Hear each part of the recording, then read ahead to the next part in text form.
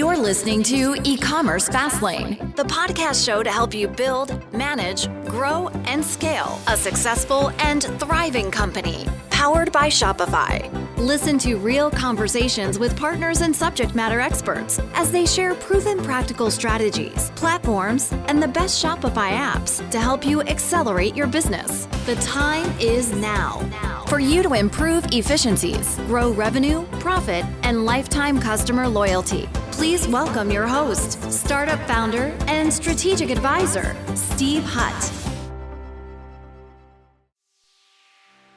Well, welcome back to E-commerce Fastlane. I'm your host, Steve Hutt. Now today, if you're running a Shopify store, which I think is the bulk of the people that are here, you've probably felt the squeeze lately. And one of the things in being in Q4 right now is these ad costs kind of keep climbing. And the weird thing is that it's very frustrating for a lot of people and they really don't know what to do. And I think what's unique about that is my guest today, I believe, and I've read a lot about his story, but I believe he's got to crack the code on something that most brands are fumbling with, and that's really turning influencer marketing, which everybody knows about and everybody knows they need to do, but a lot of people are kind of like praying and spraying a little bit.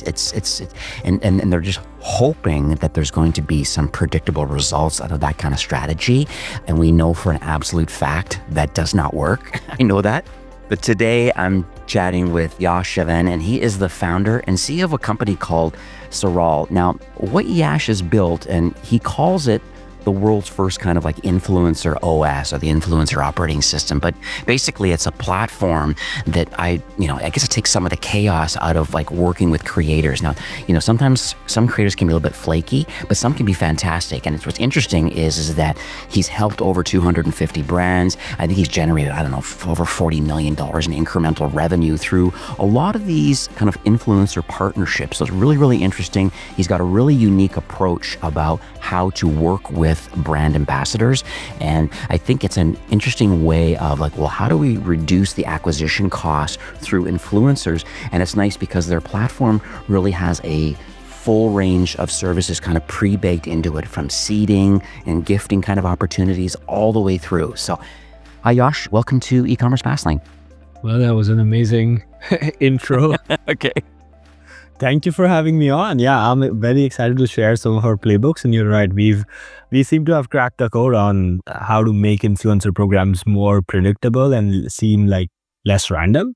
So I'm happy to share some of our learnings with your audience here today. Absolutely. So, as I mentioned at the top here, like you've worked with hundreds of brands, and I bet you likely see the same things kind of over and over again, where merchants, unfortunately, are treating influencer marketing almost like a slot machine. They, so what do you believe is actually going wrong behind the scenes when a lot of these campaigns are just failing or just not having the performance that they expected? Yeah, I think so often. So I'll give you a little bit of background, right? I think a lot of merchants that work with us or even want to do influencers are the second marketing channel or the third marketing channel that a brand really tries. The first pretty much is always, paid media. So you are using Facebook ads, running TikTok ads, and getting sales for your brand, which is great. But I think fundamentally what changes when you work with influencers is on the paid media side, you could just put some money in and you get some results. And sometimes it works and sometimes it doesn't work. And there's like a clear ROI distinction. And that's fine because paid is very bottom of funnel. Like when you're running interest-based ads or when you're running keyword-based targeting, you're targeting people who are looking to buy. So there's naturally, because you're operating at the bottom of the funnel, you're going to have a more direct ROI tracking and all of that. But when you go to influencers, who by definition are a top of funnel or a middle of funnel nurture channel, so underlying mechanics of the channels change. So you cannot expect it to be the same level of predictability as let's say something like a Facebook ads or a TikTok ads campaign. I think on a more mindset level that's what we see happening is brands just expect it to be very plug and play or like a slot machine, like you said. Yeah. But that's the thing. But then we've come up with ways on how you can make it more predictable. So for instance, one of the things when you ask where brands go wrong, one of the places where brands go wrong is they almost treat it like a random set of tactics instead of it being like a cohesive strategy almost that is building towards a certain objective. So when brands think that, hey, we want to work with influencers, maybe they DM a few people, they start paying them, or they send a few free products and nothing really tends to work. It's because there is no cohesive sort of rule or guiding principle behind some of these collaborations. So then they work with these people, and naturally, because of some randomness or variation, it doesn't end up working. And then brands conclude like, hey, influencer, we hear this a lot of times from brands when they say, hey, influencer marketing does not work for us. And what we see them do when you ask them, hey, what did you try so far? They've tried some sort of a random tactic. They've sent out hundreds of products to influencers, but nobody's really posted. There isn't really like what we noticed was there wasn't a strategy, a guiding principle, or a mission behind all of this. And that's what we really cracked in making these programs work for brands. But that's where I think brands go wrong, is they try a bunch of things and they have the wrong sort of mindset around how to track ROI on some of these things, which is why it tends to go wrong. So yeah. I think a lot of merchants definitely have been burned by, as you say, you talk about like these kind of random seeding campaigns with like a one-off kind of tactic instead of an overall kind of business strategy. And I think that's the difference to kind of what you're building, is that you truly look at it as like, a business, it's an operation here. Like there's a workflow that makes complete sense. There's no problems in gifting and seeding, but then what's the process to move through with these creators? How do they become an affiliate or an ambassador? How do we get licensed access to the UGC content they create? Is it a pay to play? Is it a one-off deal? Is it part of the contract that when they create it, that the brand gets to own it? Can we leverage that content in the future for paid ads because it worked well organically from the creator? Are there ways of using it and moving on? So, and I think that's part of I think you refer to it as your kind of like your pyramid approach. Can you talk, the pyramid seems to make sense to me visually, but can you kind of walk us through what these different levels are? Yeah, sure. So I call it the predictable pyramid, right? So you want to go from random influencers feeling like you're gambling or you're playing roulette to making it more predictable. So here's how. So like I said, like there's like a guiding principle missing behind these tactics. So all the tactics are fine. Like they all work. They all just work in a certain sequence. So here's the sequence. The predictable pyramid is the sequence that I'm going to give you.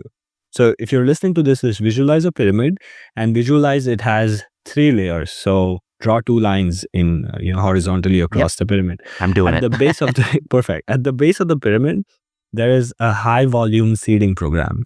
So you're running a seeding program, you're sending out free products. Some of these people are going to post about you. You then take the people who are posting about you and then you turn them into ambassadors. So again, you don't start with the ambassador program or the affiliate program or payments. You first send free products. You look for indicators of interest, which means they've posted about you for free. Then you take those free posters and you then incentivize them to post about you again and again. Because if the goal is to build brand awareness, if the goal is to create a halo around the product or the brand, you have to have a lot of posts about your brand consistently, organically showing up across social media. And the way you reverse engineer that is you get a lot of posts. Now, one way to get a lot of posts is seed many people, which is what we did at the base layer. Another way to get a lot of posts is incentivize the people who are posting about you to post about you again and again and again. And that's the middle layer. It's like, okay, now you have a bunch of ambassadors that are promoting you. Over time, what you will see is you'll get all of these ambassadors and you're going to be like, okay, it's always going to be an 80-20 where 20% of your ambassadors are going to drive 80% of the views, 80% of the sales. You then take the top 10 or 20% of your ambassadors 3 months later, and then you turn them into what would be more traditional influencer partnerships, which would be paid retainers or a higher affiliate commission, or you turn that. If the content is already well performing organically, put some ad dollars behind it, whitelist it, and so on. So this sort of pyramid approach, what it does is again, the North Star here is to get as many posts about your brand out there as possible on a daily basis. So we call this metric PPD, or posts per day.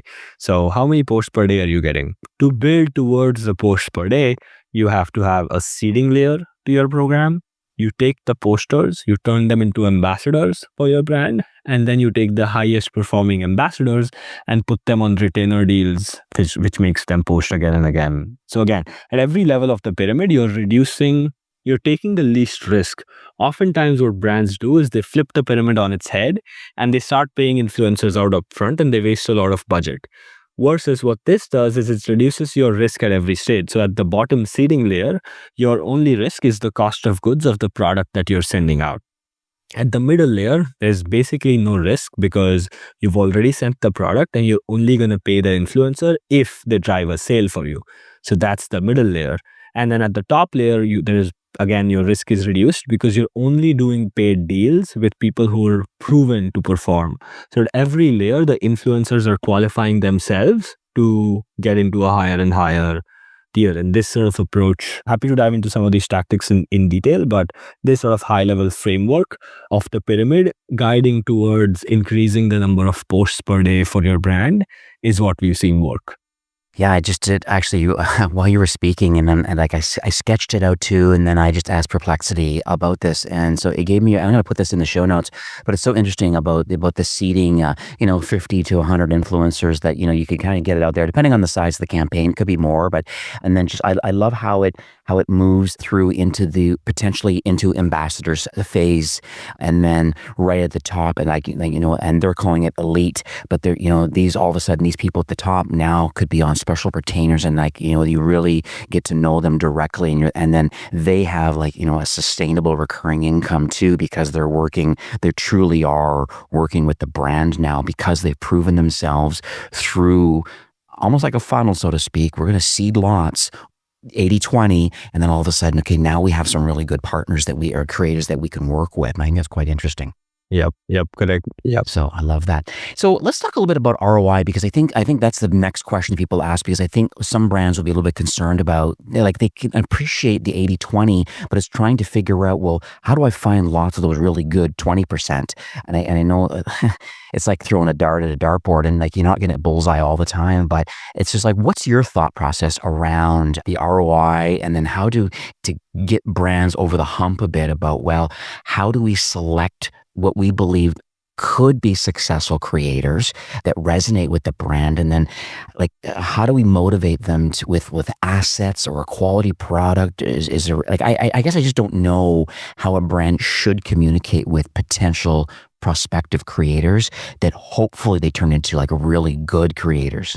Yes, so it's basically, think of it as taking as many at bats as possible and filtering out everybody who does not work. Now, again, this is still not shooting in the dark, because there's almost two aspects to this question. So the first aspect is, how do we find the people who are most likely to work? And the second aspect is, once we find those people, how do we then, because you're finding the people who are most likely to work, but again, there's still that likelihood, there's still a chance of them not working, right? So then you use the pyramid sort of filtering, like you said, almost like a funnel of every layer they're qualifying themselves to take out the ones who are not performing. On the first aspect of the question, we recommend looking at honestly, just go to your customers. Who's your customer ICP? Talk to 5 of your customers and ask them, who are you following? Can I see your Instagram feed? Can I see your TikTok feed? Who shows up there? Who are you following? And then let's take an example of a supplements brand, right? So if you're a supplements brand and you're selling to bodybuilders, or maybe you're selling to a completely separate ICP of yoga moms, completely different brands could work with completely separate influencers, right? So just because you're a supplements brand doesn't mean you have to work with fitness people. Really go after who your customer is, and then find who they're following on social, and then go work after them. And hey, maybe you find out that your customer is just following a completely different set of people than what you may have thought they're following. So really go talk to your customers and then have an understanding that, okay, this is our customer, this is whom they follow on social, we should go target some of those niches and then go after them. That'll be your direct sort of target market that is most likely to post about you, because even they probably have the same problem that your product is solving. They should ideally have the same problem your product solves for, and then they should just document their journey and share it on their socials. Mm-hmm. Yeah, so interesting. Now, what about, and I know you mentioned at the top of the show about that a lot of people, like, and in the early days of their business, it really is top of funnel, kind of like paid ads and kind of like quote unquote direct ROI. And you keep kind of massaging it. There's incrementality about like improving creative and these sorts of things. So, how does the influencer world work? Like, and maybe relate it to your platform, but let's say you do, some good seeding and then you find the right affiliates or ambassadors, creators that you want to work with because they're driving some good revenue, they're earning commission, you're getting sales. Then the next thing is now there's this UGC that's created from these creators. Can talk us about like how is that handled from a legal perspective? Who owns the asset? And then, and if something is like successful, is that like a brand new revenue share model that you continue to work with the creator? Or is it something that's wholly owned by the brand now that you can just put paid ads behind that creative? Yeah. Yeah. It really depends on what part of the pyramid have they created the content in. Let's say, for example, you seeded somebody, you sent them a free product, and they made a really amazing reel about you that now has 1 million impressions. You do not own that content, right? The influencer, You wish you did. Yeah, you wish you did. And you still can. But at that stage, the influencer owns the content, in which case, if you love it, you want to put ad dollars behind it, you can reach out to the person and say, hey, we really love the content. We are happy to pay you for some sort of a usage rights fee. Typically, influencers charge anywhere between, depending on the size of the person, $100 to $500 a month for the usage rights for every 30 days. The content's really great, and if you think it's justified to pay that and put ad dollars behind it, that's one way to do it. Another way to do it is do it by a percentage of ad spend. So like, hey, we're gonna, or a percentage of revenue that comes as a result of the ad spend. So like, hey, we're gonna whitelist you. We're gonna put, I don't know, $10,000 of ad spend behind your ad creative potentially. And if it works, whatever sales we get from your ad, you get like a percentage of that, for instance. So if we make, $100,000 worth of sales, you make $1,000 is how it works. So there's different ways to structure these things. This is at the bottom of the pyramid, right? Now, if they're already an ambassador, maybe the terms of your ambassador program could by default have usage rights for the content for 30 days. Maybe if you're doing those top of the pyramid traditional deals where it's a contract and it's a retainer, by contract, you could just have rights to the content. So again, ownership really depends from a legal perspective on where they are in the pyramid. The lower they are, the more they own the right to the content. And typically what we see brands do is, towards the top of the pyramid, the brand typically has rights to the content because they're paying for it. Ah, I see. Okay, that makes complete sense. So I want to talk a little bit about some case studies. I think I always get warm and fuzzy when I get to hear about, hey, here was a business that didn't, maybe they had a basic kind of like influencer kind of creator plan going on, but they were doing some seeding, but they just don't feel the ROI was great. Then they learned about SARAL and kind of your platform. They came on board and they implemented your system. And then, here they are. Now I see many public case studies here on your website. Is there any that you can, I guess some of these can be called out because their brands are here, but you can talk more anecdotally if you want, but is there anything that kind of catches your eye? I actually want to give on the lines of this conversations, this isn't on our website and like there's tons of case studies on our website, but I want to give you a story around attribution that we spoke of about one of the brands you work with. Does that work? Yeah, absolutely. Okay, amazing. So there's this new skincare brand, and I won't name the company because I don't have their permission to do so, but I've told this story. So there's a skincare, and this is going to show you how influencer attribution is hard and give a good mindset lesson to the brands that are listening.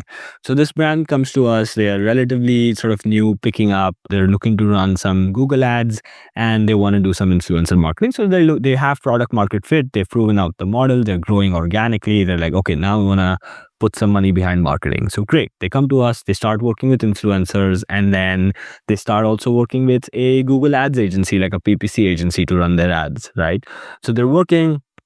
They start getting a lot. So again, like I said, the North Star should be PPD, right? Posts per day. After 3 months, this brand is getting roughly around, depending on the week, 2 to 3 posts per day. Right. So they're getting a lot of posts. That's 20 posts per week.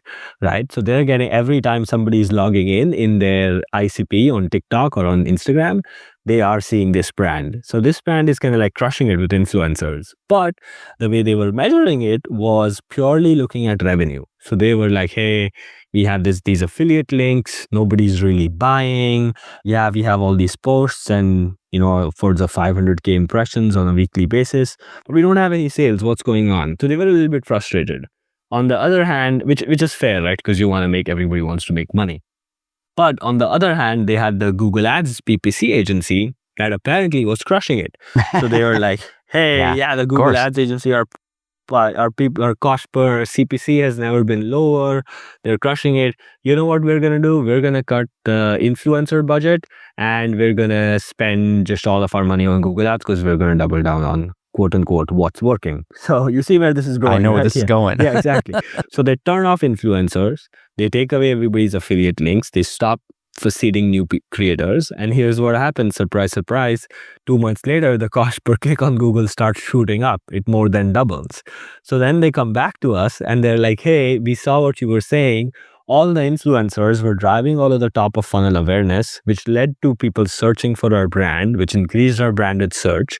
And then that reduced the CPC on our Google campaigns. I was like, hey, isn't that interesting, right? So you have to you have to measure influencers in a certain way, and then obviously like they kicked it off again, and they're doing really well now. But you have to think of influencers more holistically than just a revenue driving channel. Yes, your affiliates and your influencers will drive some revenue, but it's not going to be anything as significant because just fundamentally the mechanics of the channel are not like nobody goes on Instagram or TikTok to buy stuff. Right? Like they go there to learn about new things, to follow their friends, to be entertained. And if your product is part of that entertainment journey, great. Your product will register, will have some mind share. And then when they're walking down the aisle on Walmart and they see your product and it's familiar from their TikTok scrolling, they're going to pick yours up over your competitors. There's no way you're going to track this. Right? But you just got to make the investment and increase awareness, get more posts per day, measure it that way. And then you're going to see more ROI across the funnel. Your direct traffic is going to increase. Your branded search branded search volume is going to be higher. You're going to actually create more demand. Your average order value is going to be higher because people recognize the brand, they trust it. Your LTV is higher and so on and so forth. So that's like a good story to share. Yeah, no, I love it. That's amazing. So I want to get like more kind of like under the hood a bit with the actual platform, because I think when you look at it, I think there are some steps that I think most would realize needs to happen. And I think part of your platform would be the influencer discovery side of it first, and trying to find the right influencers that would fit your brand. Can you walk us through some of the key parts of the platform, just so people understand? Let's say someone's new, they logged in, like what do you expect a marketer or a founder to do on day one when they start going through some of the modules inside the platform? Yeah. So like you said in the intro of this podcast, right? It's an InfluencerOS. It's an operating system, which means you could do everything to do with your influencer program, from searching for influencers to reaching out to them, to managing them in a CRM, to doing all the seeding process for the bottom of the pyramid, all the affiliate links and discount code management, to the retainer deals and the contracts, tracking payments. All of that is built into our platform. So that's like a summary of it. But if somebody's new, I recommend them, okay, just start with the base layer of the pyramid, right? Know that you're going to build the other two layers, but just start seeding. And we've got an AI for this now. So you can just plug in your brand name, find some influencers, and the AI will go and find more influencers for you. It will draft personalized outreach and send it out to creators. It will negotiate with them, send them free product. All of that we integrate with Shopify and WooCommerce. So all of that. So a lot of the seeding is now taken care of by our AI agent. We call her Sia. So yeah, that's what I recommend. So whenever we bring on a new brand, we're like, hey, let's find 100 really relevant influencers. Let's look at your customer data, see who they're following, or take a guess about who they're following. Find those creators. Let's reach out to them. We've got outreach templates built in. So we make it really, really simple for brands to get a seeding program up and running. And then from there, you obviously graduate them into an ambassador program, then graduate them into a more paid traditional sort of relationship. So that's what the platform does. Yeah, I love the CI. I did the research just kind of before recording. And I think, because AI is on everybody's mind. They're trying to figure out how they can implement it. And there's so many different ways of using AI in an e-commerce business. And one thing that really caught my attention was that it's more of a strategic positioning of this tool where there's still, it's a human enhancement, not replacement. And I think that was one thing that really caught my attention, that it's really designed to handle kind of like some of the operational workflow, like on the strategy and relationship building, that's part of it, but there's still like authentic communication happening and proper responses and there are ways of training the AI to make sure that we're on brand and on tone of voice. And then there's these, it seems to work out quite well. It's quite interesting kind of how you have it working here. Yeah, thank you. Thank you for saying that. We actually designed it very mindfully because often we see a lot of AI companies sort of claim that they're going to replace humans and blah, blah, blah. No, but you shouldn't. I don't think it's anywhere near that yet. And I'm sure there's other industries where, AI could do a lot more than a human can.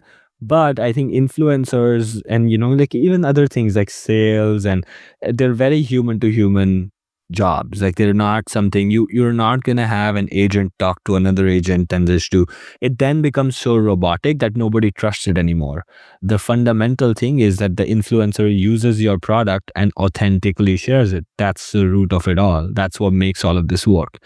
So if you don't have a relationship with the influencer as a company, and it's like an AI talking to maybe the influencer's AI, I don't see how that's gonna work. So it always has to have a human in the loop. It always has to be human first, AI second, and that's what we do. We eliminate all of the the boring parts of the job, like, hey, ship them out free. Like imagine sending 25 free products to influencers every other day. I say that's a little bit too manual. So we eliminate all of that. We surface up insights. So we AI can look at data at a scale and a speed that no human can. So we're like, hey, we saw that these 5 influencers really did well for you last 2 months. Maybe you should find more of them. So we're able to deliver that and really really supercharge the human with some of our AI capabilities. Love it. So Q4 we're in right now, and I think I want to kind of pivot over to the holiday season right now. I think of BFCM, words are going around the web right now about share of wallet. I know Harley Finkelstein from Shopify is talking about like, how are you getting the share of wallet? Are you starting early? So when people only have a couple of thousand, maybe $2,000 to $3,000 to spend in this holiday season, let's say.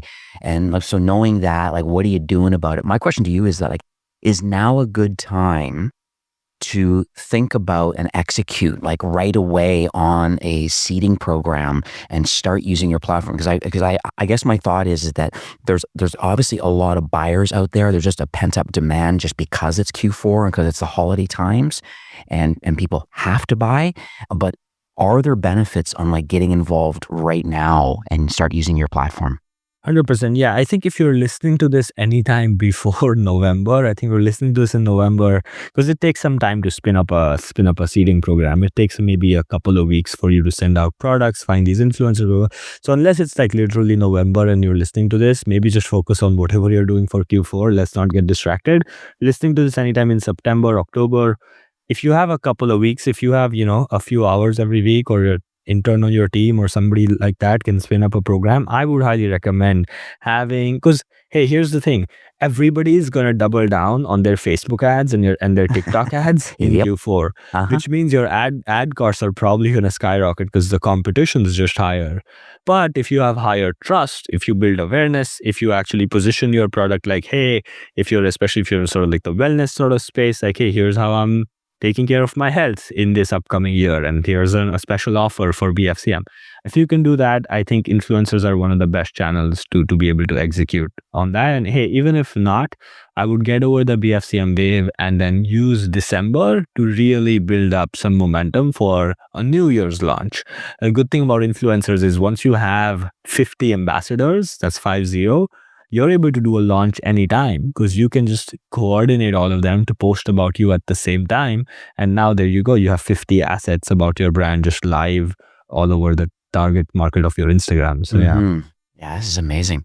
So I guess my last question for you is that, like, I agree with you about kind of getting off the meta ad kind of hamster wheel, so to speak. And I think, it sounds like your platform is really, it can build a very predictable revenue source.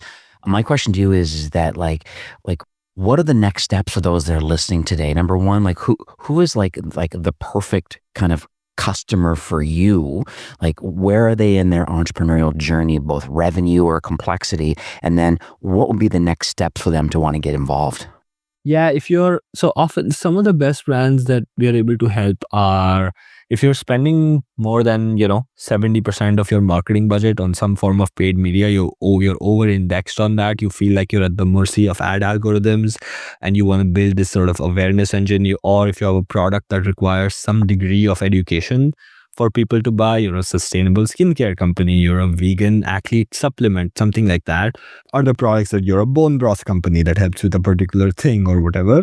Those are the types of companies that we're able to help. In terms of stage, really, like we work with brands from, that are just very early stage launching with creators to larger national brands that are all over Walmart and Target. So it's a spectrum for sure, but typically if you're looking to get this started, hey, if this is your first channel and your first marketing channel, you're looking to pay the bills next quarter and you're completely reliant on influencers to work, probably not the best channel. Put your ad dollars behind more bottom of funnel approaches where you can quickly get sales. Influencers are really good for, hey, if you've scaled your ads to a certain degree, you've sort of passed like a first product market fit growth milestone, things are working, but maybe your ads are stagnating, you don't like how reliant you are on the ad algorithm changing and this and that, you want to build more organic awareness. That's where you should work with influencers. It tends to be the second marketing channel for a lot of brands that come to us. So their Facebook or their TikTok or some form of performance marketing is already working, and then they layer on this awareness top of funnel channel to really fuel the whole engine even better. This is amazing. And so you can go to getsaral.com. I'll have the details in the show notes. And you also have a really interesting, I think it's a 7-day course about how to win creators and influence people. You can pick that up right off the website. Can you walk us through quickly what people can expect on that email course? Yeah, we like to call it How to Win Creators and Influence People. It's basically like a free way you don't have to use the platform, just get the course. And the course has all of our insights around this, more details around the predictable pyramid. How do you find influencers? What do you say when you reach out? Very tactical, very, in the weeds of the process. So you can expect one short lesson every day over the next 7 days when you sign up, and it'll kind of give you a crash course on how to build your own influencer program. And hey, if you're brand new, you can still start it without using a platform. Like you can, go DM some influencers, see how they do, run like a mini pyramid of sorts.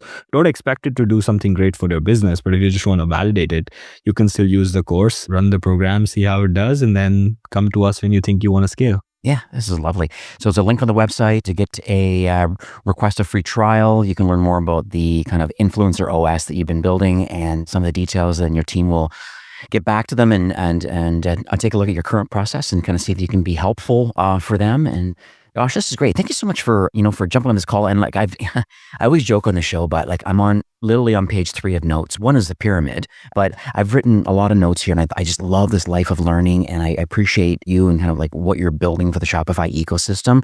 And I want to wish you continued success. And thanks again for recording. Hey, see, I appreciate your commitment towards bringing all these experts on your show and spreading the knowledge in the ecosystem as well. We definitely need people like you. So yeah, it goes both ways. So yeah, thank you for having me on. My pleasure. All right, have yourself a great afternoon. Amazing. You as well. Thanks, Steve. Well, that's it for today's episode. I'd like to thank you personally for being a loyal listener of E-commerce Fastlane. It's my hope that this podcast is offering you a ton of value through growth strategies, tactics, and exclusive insider tips on the best Shopify apps and marketing platforms, all with my personal goal to help you build, manage, grow, and scale a successful and thriving company powered by Shopify. Thanks for investing some time today and listening to the show. I'm so proud and excited that you have a growth mindset and are a constant learner. I truly appreciate you and your entrepreneurial journey. Enjoy the rest of the week and keep thriving with Shopify.